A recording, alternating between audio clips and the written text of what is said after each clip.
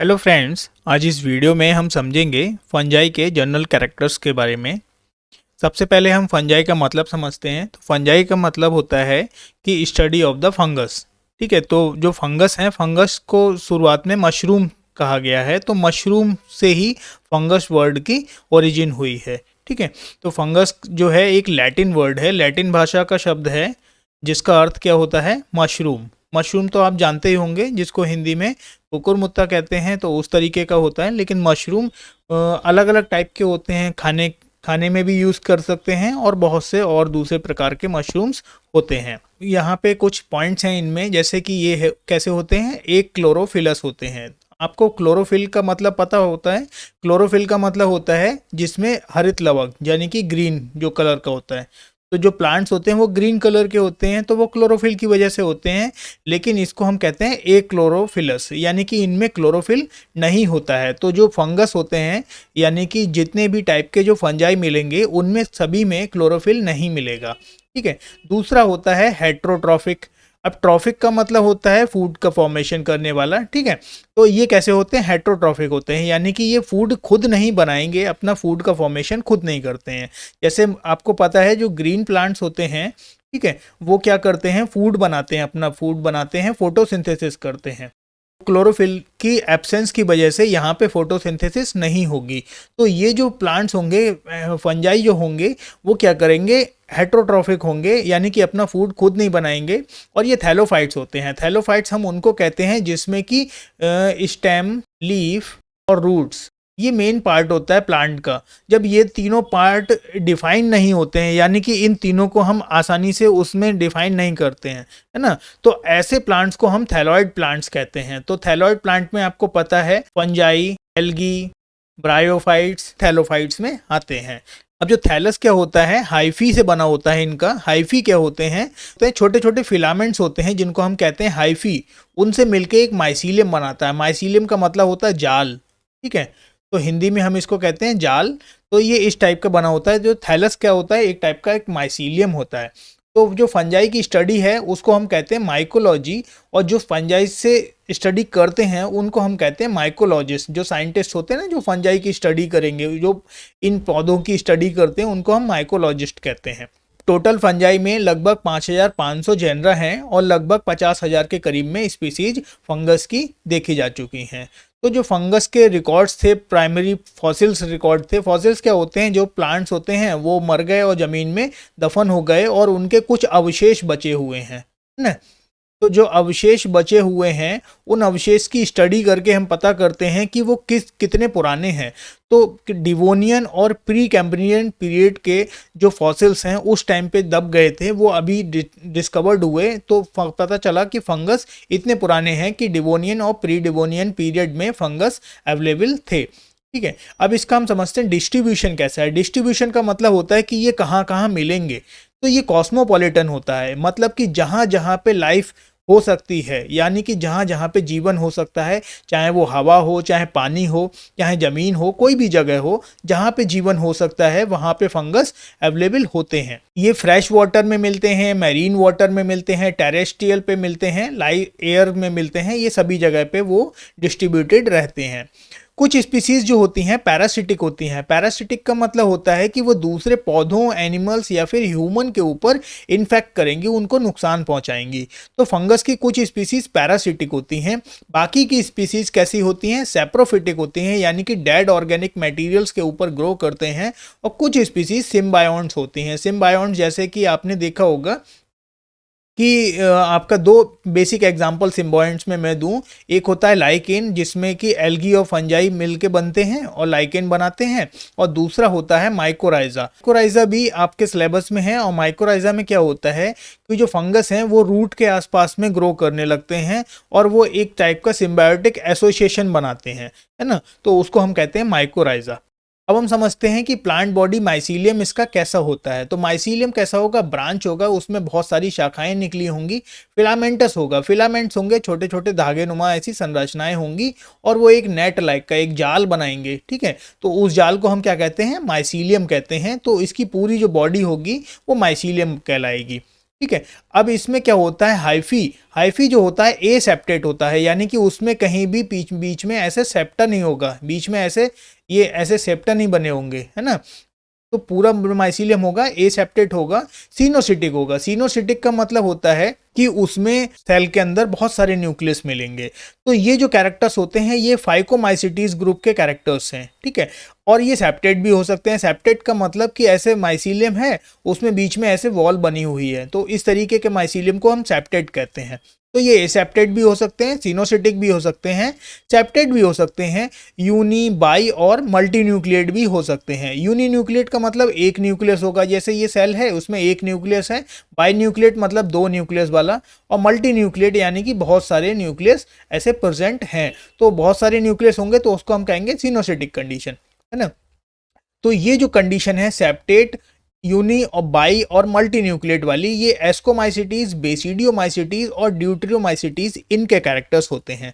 तो यहाँ पे आप समझ गए कि ए सेप्टेट और सिनोसिटिक जो कंडीशन है वो फाइकोमाइसिटीज का कैरेक्टर है, और बाकी की जो कंडीशन है वो फंजाई के बाकी के ग्रुप एस्को, बेसिडियो और ड्यूटेरोमाइसिटीज के कैरेक्टर्स हैं। अब ये कैसा होता है, होमोकैरियोटिक होगा। होमोकैरियोटिक मतलब एक जैसा कैरियोटिक होगा, न्यूक्लियस जो होगा एक जैसा होगा। हेट्रोकैरियोटिक यानी कि न्यूक्लियस अलग अलग भी हो सकते हैं। तो एक स्पीसीज है उसमें न्यूक्लियस ऐसा है, दूसरी स्पीसीज है उसमें न्यूक्लियस ऐसा है, तो इसको हम कहेंगे हेट्रोकैरियोटिक, है ना। मतलब एक ही प्लांट के दो अलग अलग वेरिएंट्स हैं, है ना। तो यहाँ पे ऐसा होगा। हैप्लॉइड होगा यानी कि सिंगल न्यूक्लियस होगा। डाइकैरियोटिक होगा यानी कि दो न्यूक्लियस होंगे, ठीक है। डिप्लॉइड होगा। डिप्लॉइड यानी कि क्या होता है, वो दोनों जो न्यूक्लियस हैं वो आपस में फ्यूज हो गए। पहले की वीडियोस में मैं बता चुका हूँ, जैसे ये है, ये हैप्लॉइड हो गया, है ना। और डाइकैरियोटिक मतलब यहाँ पे दो न्यूक्लियस हो गए, है ना। अब डिप्लॉइड में क्या होगा, ये दोनों न्यूक्लियस यूजुअली फ्री फ्यूज हो जाएंगे ऐसे करके, तो हम इसको सिन कैरियन भी कह सकते हैं, डिप्लॉइड भी यहाँ पे हम उसको कहेंगे। अब इसमें जो सेप्टा होता है, सेप्टा कैसा होता है, सिंपल पोर होता है। उसमें सिंपल पोर सेप्टा क्या होता है, जैसे कोई वॉल है, जैसे ये एक फिलामेंट है, इसमें एक ये वॉल है, तो वॉल में पीछे ऐसा नहीं होगा कि पूरी तरीके से बंद होगी, इसमें से कुछ यहाँ पे छेद होंगे इसमें, है ना, कुछ होल्स होंगे, उन होल्स के थ्रू मटेरियल आर पार जा सकता है। वरना तो अगर ऐसे वॉल है तो फिर यहाँ से इस सेल को न्यूट्रिएंट कैसे मिलेगा, है ना। तो न्यूट्रिएंट दूसरी सेल से होके आएगा, इस सेल से होके दूसरी सेल में जाएगा, इस तरीके से न्यूट्रिएंट का मूवमेंट होता है। तो वहां पे जो पोर होते हैं यानी कि जो छेद होते हैं उस वॉल के बीच में, उनको हम कहते हैं पोर, है ना। तो दो तरीके के पोर यहाँ पे मिलते हैं, एक होता है सिंपल पोर और दूसरा होता है डॉली पोर। सिंपल पोर का मतलब होता है कि बहुत साधारण सा छेद है, और डॉली पोर बेसिडियोमाइसिटीज में मिलता है। मैंने बेसिडियोमाइसिटीज के कैरेक्टर्स बताए हैं, वहां पे आपको मैंने डॉलीपोर सेप्टा भी बताया हुआ है।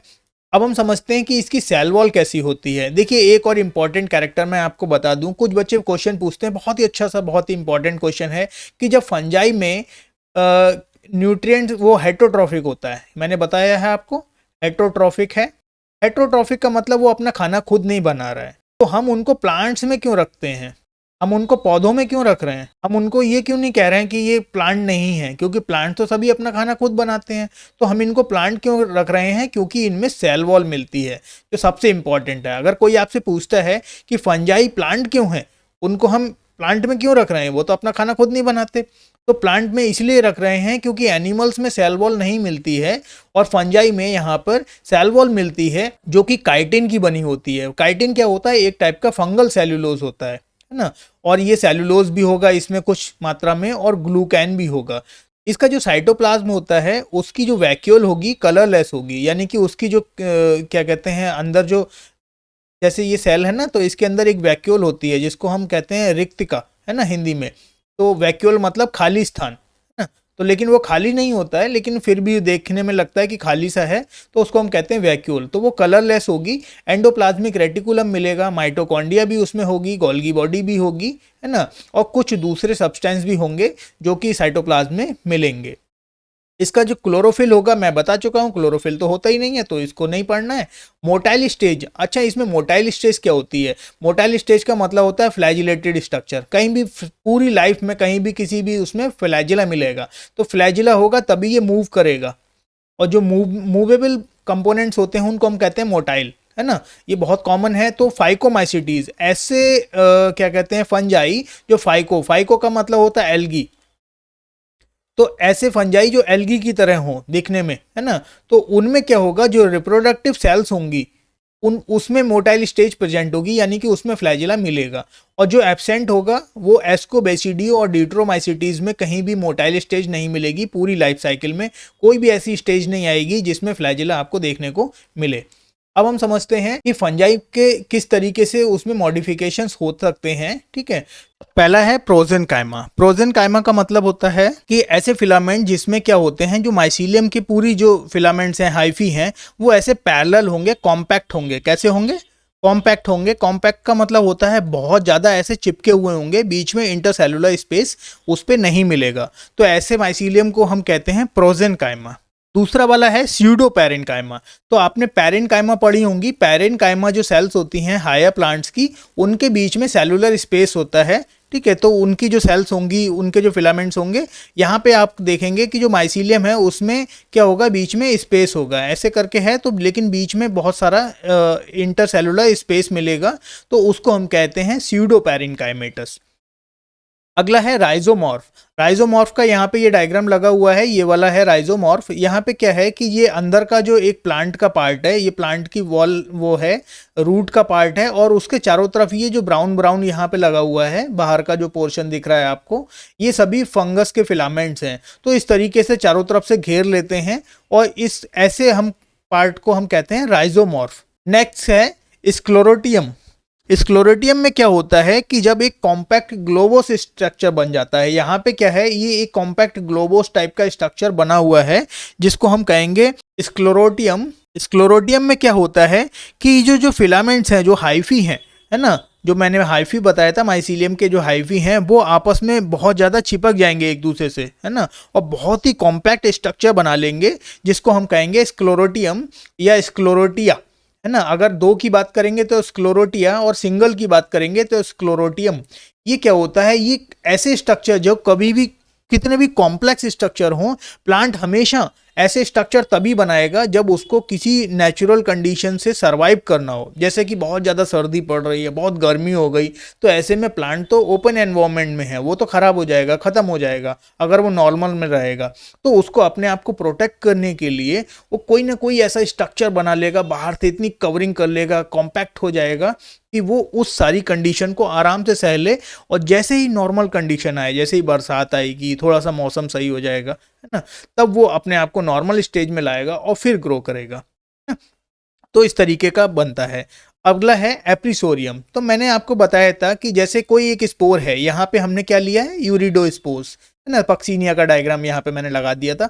जब कोई स्पोर के अंदर से कोई ट्यूब निकलती है, जर्म ट्यूब निकलती है, तो जर्म ट्यूब जब एक यहाँ पे स्वेलन स्ट्रक्चर बनाएगी, ऐसा फूला हुआ सा स्ट्रक्चर बना लेगी, और उस स्ट्रक्चर की वजह से क्या होगा कि वो सारा मटेरियल जो अंदर का है, स्पोर के अंदर का सारा मटेरियल मूव करके इसमें आ जाएगा, और यहाँ पे फिर एक सेप्टा का फॉर्मेशन हो जाता है, जिससे कि ये स्पोर से डिस्कनेक्ट हो जाता है। तो इस स्ट्रक्चर को हम कहते हैं एप्रिसोरियम, है ना। तो ये एप्रिसोरियम मिलता है। होस्टोरिया क्या होता है, एप्रिसोरियम जब अंदर मूव करेगा और फिलामेंट्स बनाएगा और अंदर जब पहुंच जाएगा, तब ये क्या करेगा कि दूसरी सेल के अंदर मूव करेगा, और सेल के अंदर जब मूव करेगा तो यहाँ पे कुछ ये सक्शन वाले चूषकांक बना लेगा। उन चूषकांक को कहते हैं होस्टोरिया। होस्टोरिया क्या करते हैं, वहां से न्यूट्रिएंट्स को चूसते हैं और माइसीलियम तक पहुंचाते हैं, है ना। फंगल ट्रैप्स क्या होते हैं, हाइफल ट्रैप्स। हाइफल ट्रैप क्या होता है कि इस तरीके के कुछ हाइफी होते हैं, प्रेडेटर का काम करते हैं। तो ये हाइफल ऐसे ट्रैप बना लेंगे जो कुछ टाइप के निमेटोड्स को, यानी कि कुछ छोटे छोटे कीड़े मकोड़ों को अपने आप में ट्रैप कर लेते हैं, फंसा लेते हैं, फिर उनको खा लेते हैं। तो इस तरीके से कुछ हाइफल ट्रैप्स भी बनते हैं, है ना। अगला है स्ट्रोमेटा।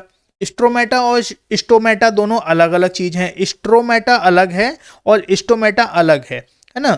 तो स्टोमेटा तो ये यहाँ पे ये वाला हो गया, ये तो स्टोमेटा है, स्टोमेटा। और ये वाला जो है स्ट्रोमेटा है, यहाँ पे आर एक्स्ट्रा लगा हुआ है। तो ये क्या होता है, ये भी कॉम्पैक्ट टाइप के सोमेटिक स्ट्रक्चर होते हैं, ठीक है। और एक मैट्रेस बना लेते हैं, ऐसे एक फैले रहेंगे जमीन में, ऐसे खूब टाइप का मैट्रेस टाइप का बना लेंगे। मैट्रेस मतलब चटाई टाइप की ऐसी पूरी बना लेते हैं, और इसी में से फ्रूटिफिकेशन होता है, यानी कि इसी में से दूसरे फिलामेंट्स यहाँ से हाइफी निकलेंगे, कुछ ऐसे स्ट्रक्चर निकलेंगे जो आगे फंगस को ग्रो करेंगे। अब हम समझते हैं इसका न्यूट्रिशन कैसा है। तो न्यूट्रिशन कैसा होता है, हेटरोट्रॉफिक होता है, यानी कि ये फूड खुद नहीं बनाएंगे, ये दूसरे से लेंगे।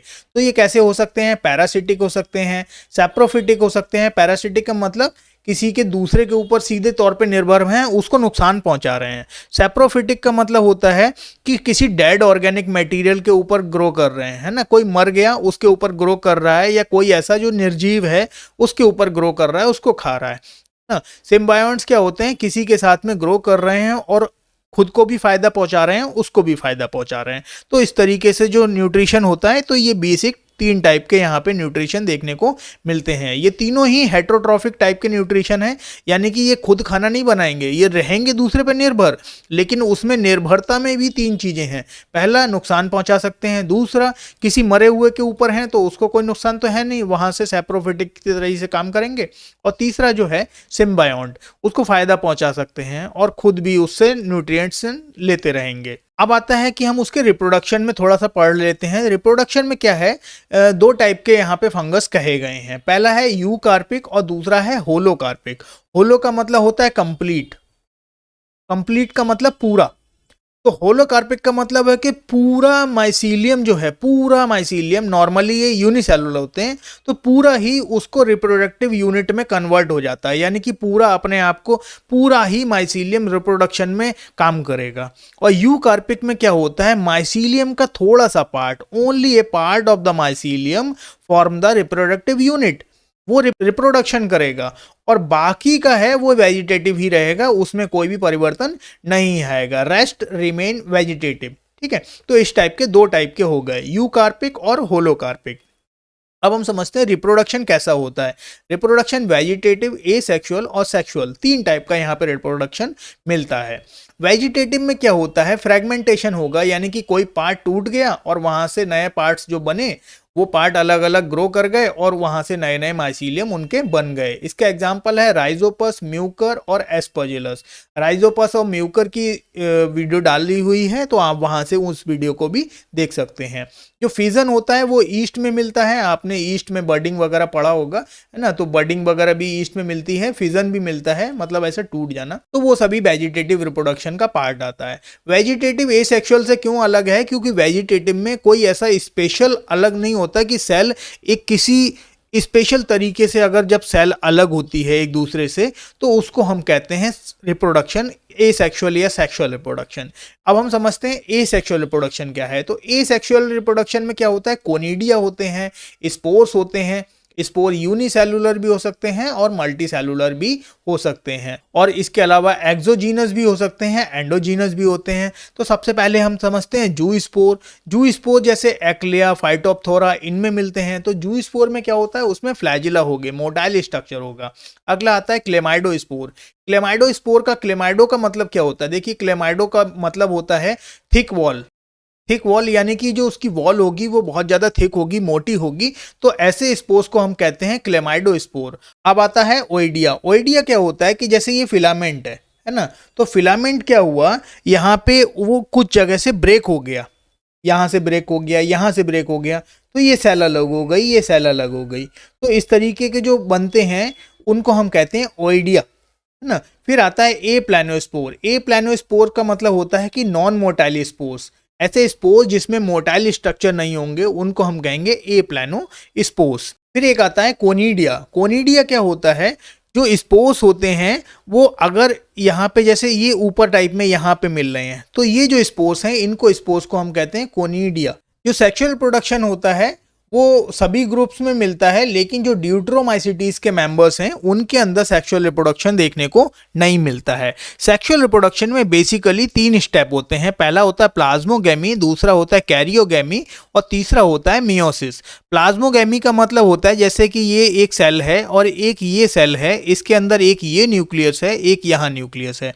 जब ये दोनों सेल आपस में फ्यूज होंगी तो सबसे पहले क्या होगा कि इनका प्रोटोप्लाज्म आपस में फ्यूज होगा, यानी कि इनका जो यहाँ पे साइटोप्लाज्म है वो आपस में एक दूसरे से फ्यूज हो गया। ठीक है, ये कनेक्ट हो गया एक दूसरे से, पूरा ऐसे, है ना, साइटोप्लाज्म एक दूसरे से कनेक्ट हो गया, तो उसको हम पार्ट को हम कहते हैं प्लाज्मोगैमी। दूसरा होता है कैरियोगैमी। कैरियोगैमी में क्या होगा, जब ये सेल दोनों आपस में फ्यूज होंगी तो उसके बाद में क्या होगा, इनके न्यूक्लियस आपस में फ्यूज कर जाएंगे। जब न्यूक्लियस आपस में एक दूसरे से फ्यूज करेंगे तो उसको हम कहते हैं कैरियोगैमी। कैरियो का मतलब होता है न्यूक्लियस, गैमी का मतलब होता है फ्यूज करना, है ना। फिर उसके बाद में ये क्या होगा, ये अभी ये एन था, हैप्लॉइड था, अब ये डिप्लॉयड हो जाएगा क्योंकि ये ऐसा हो गया। जब डिप्लॉयड हो जाएगा तो ये डिप्लॉयड से फिर इसमें मियोसिस मिलेगी, उसको हम कहते हैं रिडक्शन डिवीजन। तो मियोसिस के बाद में क्या होगा, उसमें स्पोर्स बनेंगे, 4 सेल्स बनेंगी। अब वो चारों सेल कैसी होंगी, हैप्लॉइड होंगी। तो हैप्लॉइड सेल से ऐसे फॉर्मेशन होता है। तो ये बेसिक पार्ट है सेक्सुअल प्रोडक्शन का। सेक्सुअल प्रोडक्शन कहीं भी मिले अलग अलग टाइप का होता है, कैसे मिल रहा है वो चीज़ अलग है। तो यहाँ पे क्या होगा कि उसमें बेसिक 3 पार्ट तो यहाँ पे मिलेंगे ही, प्लाज्मोगैमी, कैरियोगैमी और मियोसिस। जो लाइफ साइकिल होती है वो 5 बेसिक टाइप्स की होती है। एसेक्सुअल लाइफ साइकिल हो सकती है, हैप्लॉइड लाइफ साइकिल हो सकती है, हैप्लॉइड डाइकैरियोटिक हो सकती है, हैप्लॉइड डिप्लॉइड लाइफ साइकिल हो सकती है, या डिप्लॉइड लाइफ साइकिल हो सकती है। इस वीडियो में इतना ही। बाकी की चीज़ों को हम अगले वीडियो में देखेंगे। सेक्सुअल प्रोडक्शन को हम डिटेल में समझेंगे कि ये जो सेक्सुअल प्रोडक्शन है ये बेसिकली मैंने यहाँ पे 3 पार्ट में बताया, लेकिन सेक्सुअल प्रोडक्शन कितने टाइप का यहाँ पे मिलता है फंजाई में, उसकी भी वीडियो भी हम यहाँ पे बाद में देखेंगे और लाइफ साइकिल की वीडियो भी हम समझेंगे। अगर वीडियो अच्छा लगा हो तो मेरे चैनल को सब्सक्राइब कर दें और कमेंट जरूर करें और लाइक का बटन जरूर दबाएं, क्योंकि तभी पता चलता है कि आप लोग वीडियो देख रहे हैं और वीडियो को पसंद कर रहे हैं। Thank you. Thanks for watching.